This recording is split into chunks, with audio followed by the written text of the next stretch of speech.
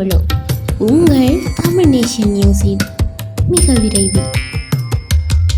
புதிய கல்வி மறுசீரமைப்பினூடாக பல புதிய மாற்றங்களை நாம் உருவாக்க இருக்கின்றோம் என மட்டக்களப்பில் இடம்பெற்ற 660 டிஜிட்டல் இலத்திரனியல் செயலியை அங்குரார்ப்பணம் செய்து வைக்கும் நிகழ்வில் பிரதம அதிதியாக கலந்து கொண்டு சிறப்பித்த போது பாராளுமன்ற உறுப்பினர் கந்தசாமி பிரபு மேற்கண்டவாறு தெரிவித்துள்ளார். அவரது உரையில் மேலும் தெரிவிக்கையில், டிஜிட்டல் மயமாக்கல் தொழில்நுட்பம் எமது தேசிய மக்கள் சக்தி அரசாங்கத்தின் ஒரு கொள்கையாக இருக்கின்றது. எமது அரசாங்கம் டிஜிட்டல் பொருளாதாரம் எனும் ஒரு அமைச்சினை உருவாக்கி அதனூடாக பல நல்ல விடயங்களை முன்னெடுத்து வருகின்றது. அதில் விசேடமாக கோபே என்ற அப்பினையும் உருவாக்கியுள்ளோம். தற்போது வீட்டில் இருந்தவாறே அரசு துறைக்கான கட்டணங்களை செலுத்தி தமக்கான சேவையினை பொதுமக்கள் பெற்றுக்கொள்வதற்கான தொழில்நுட்ப வசதியினை எமது அரசாங்கம் உருவாக்கியுள்ளது. அது மட்டுமல்லாது உங்களது பிள்ளைகளின் பிறப்பு சான்றிதழினை கூட வீட்டில் இருந்தவாறு பெற்றுக்கொள்வதற்கான தொழில்நுட்ப வசதியினை நாம் தற்போது ஏற்படுத்தியுள்ளோம். அதனையும் தாண்டி தற்போது போக்குவரத்து போலீசாரின் தண்டப்பணங்களை கட்டுவதற்காகவும் டிஜிட்டல் மயமாக்கலை உருவாக்கியுள்ளோம். எமது தேசிய மக்கள் சக்தி அரசாங்கம் பொறுப்பேற்பதற்கு முன்னர் பல ஊழல் மோசடிகள் நிறைந்த ஒரு நாடாக காணப்பட்டது. இப்போது நாங்கள் அந்த ஊழல் மோசடிகள் லஞ்ச ஊழல்களை வெகுவாக குறைத்து வருகின்றோம். ஊழல் மோசடி குறைந்த நாடுகளின் பட்டியலில் இலங்கை சேர்க்கப்பட்டிருக்கின்றது.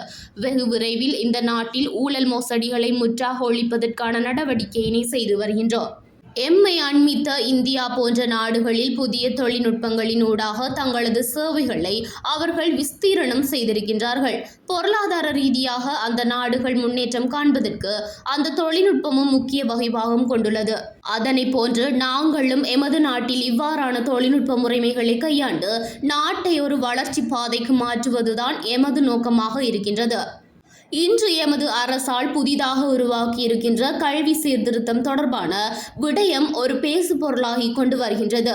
இந்த நாட்டில் புதிய ஒரு அரசியல் மாற்றம் ஏற்பட்டதை போன்று கல்வி முறையிலும் ஒரு மாற்றத்தை கொண்டு வர வேண்டும் என்பதுதான் எமது அரசின் பிரதான நோக்கமாக இருந்து வருகின்றது. உலகளாவிய ரீதியில் ஒரு வளர்ச்சி பாதையில் அந்தந்த நாடுகள் முன்னேறி வருவதற்கு மிக முக்கிய பங்கு வகிப்பது கல்வித்துறை. அந்த கல்வித்துறையினூடாக பல விடயங்களை அந்த நாடுகள் முன்னெடுத்து கொண்டு இருக்கின்றது. அவ்வாறாக அந்த நாடுகளின் வளர்ச்சிக்கு கல்வித்துறைதான் மிக முக்கிய பங்காற்றி வந்துள்ளது.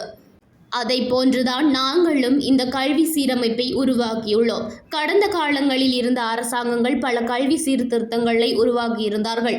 ஆனால் அவை அனைத்தும் இறுதியில் தோல்வி கண்ட விடயங்களாகவே அமைந்திருந்தது.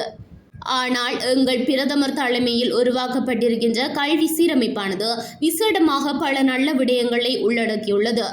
நவீன முறைமையிலான விடயங்கள் உள்ளடக்கப்பட்டுள்ளது. அதே பழைய மனப்பாடம் பண்ணும் முறைமையினை கொண்டு ஒரு பரீட்சை ஒன்றை எழுதி சித்தியடைந்து தொழிலிற்காக செல்லும் போது அவர்களால் சரியான இலக்கை அடைய முடியாத நிலைமையே ஏற்பட்டுள்ளது. ஆனால் இந்த புதிய கல்வி சீரமைப்பினூடாக புதிய மாற்றங்களை நாம் உருவாக்க இருக்கின்றோம். தொழில் ரீதியாக அவர்கள் தங்களது கல்வியை நிறைவு செய்து செல்லும் போது ஒரு தொழில் வல்லுநர்களாக செல்லக்கூடிய விதமாக இந்த கல்வி சீர்திருத்தம் அமைந்திருக்கின்றது. சிறந்த பல நல்ல விடயங்களை நாங்கள் சேர்த்துள்ளோம். அதற்கு எதிர்ப்பு தெரிவித்திருப்பவர்கள் அதில் இருக்கும் சொற்பதங்களை தான் தவறிழைத்துள்ளது போன்று எதிர்ப்பினை தெரிவிக்கின்றார்களே தவிர அவர்களுக்கும் சரியான புரிதல் இல்லை என்பதைத்தான் நான் கருதுகின்றேன். இந்த நல்லதொரு விடயத்திற்காக அனைவரும் ஒன்றிணைந்து இந்த புதிய மாற்றத்தினை உருவாக்க முன்வர வேண்டும். அதுவே எமது இலக்காகவும் அமைந்திருக்கின்றது என தெரிவித்திருந்தார்.